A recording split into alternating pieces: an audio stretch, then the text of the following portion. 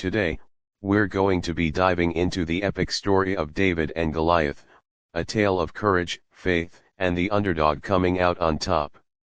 This story is not only found in the Bible, but it has also been retold countless times throughout history, inspiring artists, writers, and even athletes. The story takes place in the land of Canaan, where the Israelites and the Philistines were locked in a bitter conflict. The Philistines were a powerful people with a well-equipped army, while the Israelites were a smaller, less organized group. One day, the Philistine army marched towards the Israelites, led by a fearsome giant named Goliath. Goliath was an imposing figure, standing over 9 feet tall and clad in heavy armor. For 40 days, Goliath would stand between the two armies and challenge the Israelites to send out a champion to fight him in single combat. The Israelites were terrified of Goliath. Their bravest soldiers refused to face him. King Saul, the leader of the Israelites, was desperate. He promised a great reward to any man who could defeat Goliath, but no one stepped forward. David, the shepherd boy. Meanwhile, a young shepherd boy named David was tending to his sheep in the hills. David was the youngest of 8 brothers and was not considered a soldier. However, he was courageous and skilled with his slingshot, which he used to protect his sheep from wild animals. David meets King Saul. One day, David's father sent him to deliver supplies to his brothers who were fighting in the Israelite army. When David arrived at the battlefield, he heard Goliath's booming voice issuing his challenge. David saw that the Israelite army was cowering in fear, and he was filled with indignation. David volunteers to fight. David approached King Saul and volunteered to fight Goliath. The king and the Israelite soldiers were astonished. They couldn't believe that a scrawny shepherd boy would dare to face the mighty Goliath. King Saul tried to dissuade David, but David was determined. David and Goliath face off. The day of the duel arrived. Goliath stomped onto the battlefield, his armor gleaming in the sun. David approached him, carrying only his slingshot and a pouch of stones. Goliath roared with laughter when he saw David. He couldn't believe that this tiny boy was his opponent. David slays Goliath. Despite the odds against him, David was confident. He knew that God was on his side. David chose a smooth stone from his pouch and loaded it into his slingshot. With all his might, he swung the sling and hurled the stone towards Goliath. The stone struck Goliath in the forehead, knocking him to the ground. The Israelites triumph. The Philistine army was stunned. Their champion had been defeated by a shepherd boy. The Israelites seized the opportunity and launched a full-scale attack. The Philistines were routed, and the Israelites emerged victorious. David, the hero. David became a national hero. He was showered with praise and honors. King Saul even gave David his daughter in marriage. David's victory over Goliath is a timeless story that reminds us that with faith and courage, even the smallest among us can achieve great things. The rise of a giant. In the ancient land of Philistia, there stood a man whose very name struck fear into the hearts of many. His name was Goliath. Towering above his peers at nearly 10 feet tall, Goliath was a warrior of immense strength and unmatched prowess. His armor gleamed in the sun, reflecting his status as a champion of the Philistines, a people known for their ferocity and military might. Goliath had risen through the ranks of the Philistine army not just by his sheer size but by his skill in battle. He was a master of the spear and the sword, his movements swift and deadly despite his massive frame. His voice, deep and booming, could command legions and break the spirits of his enemies. Goliath had never known defeat, and this bred in him a confidence bordering on arrogance. For years, the Philistines had been at odds with the Israelites, a neighboring people who worshipped a single, unseen God. The conflicts between these two nations were numerous and bloody, with neither side able to claim a decisive victory. But Goliath believed that his presence would tip the scales in favor of the Philistines once and for all. The call to arms. Across the valley, in the land of Israel, a young shepherd named David tended his flock. David was the youngest son of Jesse, a farmer from Bethlehem.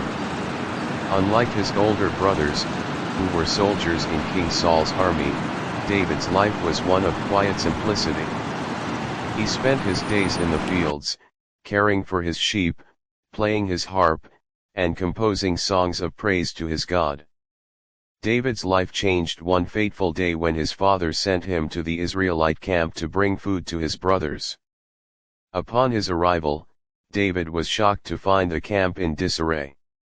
Fear gripped the hearts of the soldiers, and whispers of a giant named Goliath spread through the ranks. David learned that for 40 days, Goliath had stood at the border of the Philistine and Israelite territories, issuing a challenge to single combat. Whoever won this duel would determine the outcome of the war. The Israelite soldiers trembled at the thought of facing Goliath. King Saul himself was at a loss, unable to find a warrior brave enough to accept the challenge. The sight of his brothers and fellow Israelites cowering in fear stirred something deep within David. Though he was young and inexperienced in battle, he possessed a courage and faith that set him apart. A shepherd's resolve. David approached King Saul and offered to fight Goliath. The king was taken aback by the audacity of this shepherd boy. "You are not able to go against this Philistine to fight with him, for you are but a youth, and he a man of war from his youth," Saul said. But David was undeterred. "Your servant has killed both lion and bear, and this uncircumcised Philistine shall be like one of them, seeing he has defied the armies of the living God. The Lord who delivered me from the paw of the lion and the paw of the bear will deliver me from the hand of this Philistine." Saul, seeing the determination in David's eyes, agreed to let him fight. He offered David his own armor, but it was too large and cumbersome for the young shepherd. Instead, David chose to face Goliath with his trusty sling and 5 smooth stones he picked from a nearby brook.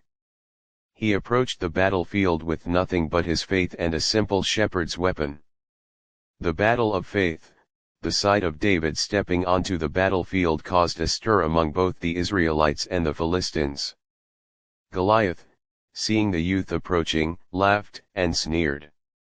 "Am I a dog, that you come to me with sticks?" he roared.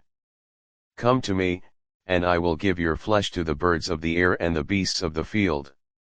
David, undaunted, replied, "You come to me with a sword, with a spear, and with a javelin. But I come to you in the name of the Lord of hosts, the God of the armies of Israel, whom you have defied. This day the Lord will deliver you into my hand, and I will strike you and take your head from you." With that, David ran toward Goliath. As the giant moved to engage, David reached into his bag, took out a stone, and slung it with all his might. The stone flew through the air and struck Goliath squarely in the forehead.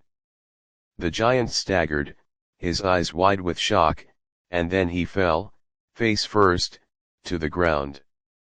The Philistine champion was dead. The aftermath.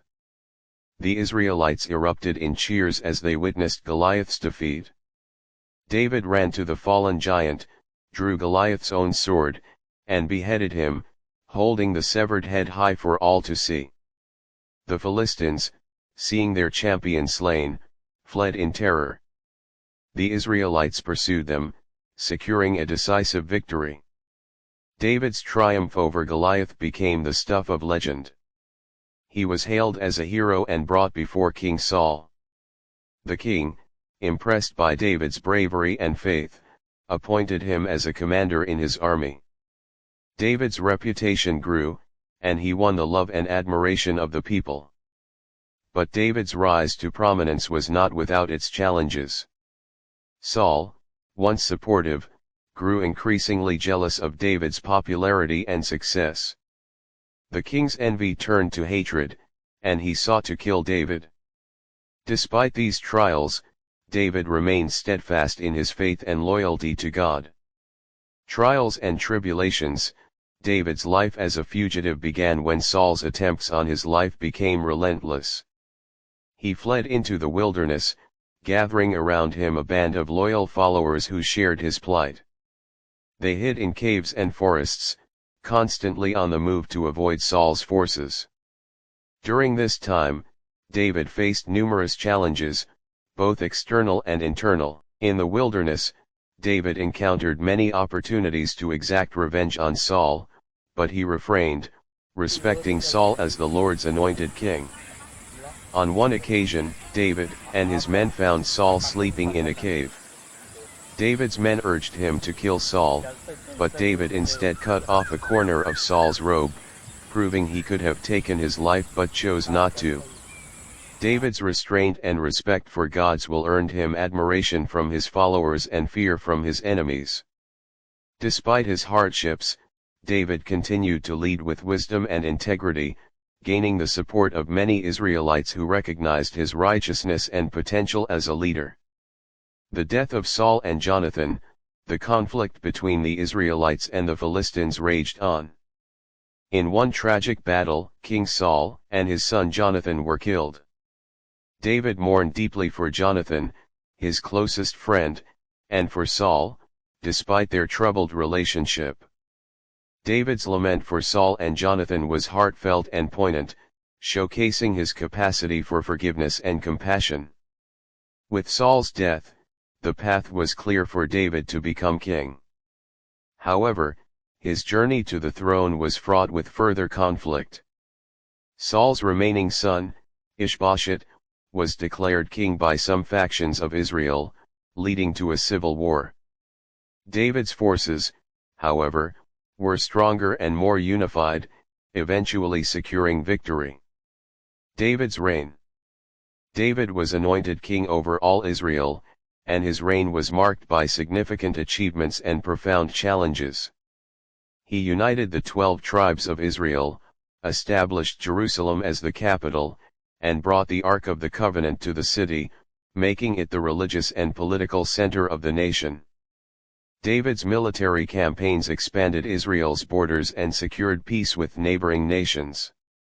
His leadership and strategic acumen transformed Israel into a powerful and prosperous kingdom. However, David's reign was not without personal failures and moral lapses. The Bathsheba incident. One of the most significant moral failures of David's life was his affair with Bathsheba, the wife of Uriah the Hittite. David saw Bathsheba bathing from his rooftop and, consumed by desire, sent for her. When Bathsheba became pregnant, David attempted to cover up his sin by summoning Uriah from the battlefield, hoping he would spend the night with his wife. Uriah's loyalty to his comrades prevented him from enjoying the comforts of home while his fellow soldiers were at war. Frustrated, David sent Uriah back to the front lines with orders to place him in the thick of battle, where he was killed. David then took Bathsheba as his wife, but his actions displeased God. The prophet Nathan confronted David, using a parable to illustrate the gravity of his sin. David, struck with remorse, confessed and repented. Though God forgave David, the consequences of his actions brought turmoil to his household and his kingdom. The rebellion of Absalom. David's family life was marred by tragedy and strife. His son Absalom, angered by the rape of his sister Tamar by their half-brother Amnon, took revenge by killing Amnon. This act of vengeance led to Absalom's estrangement from David and ultimately to a rebellion against his father. Absalom amassed an army and declared himself king, forcing David to flee Jerusalem. The ensuing civil war was a painful and bitter conflict for David, who still loved his son despite his betrayal. The war culminated in a battle in the forest of Ephraim, where Absalom's forces were defeated. Absalom himself was killed, leaving David heartbroken. David's lament for Absalom. Thanks for joining me on this journey through the story of David and Goliath. I hope you enjoyed it. If you did, please give this video a thumbs up and subscribe to the channel for more content. Until next time.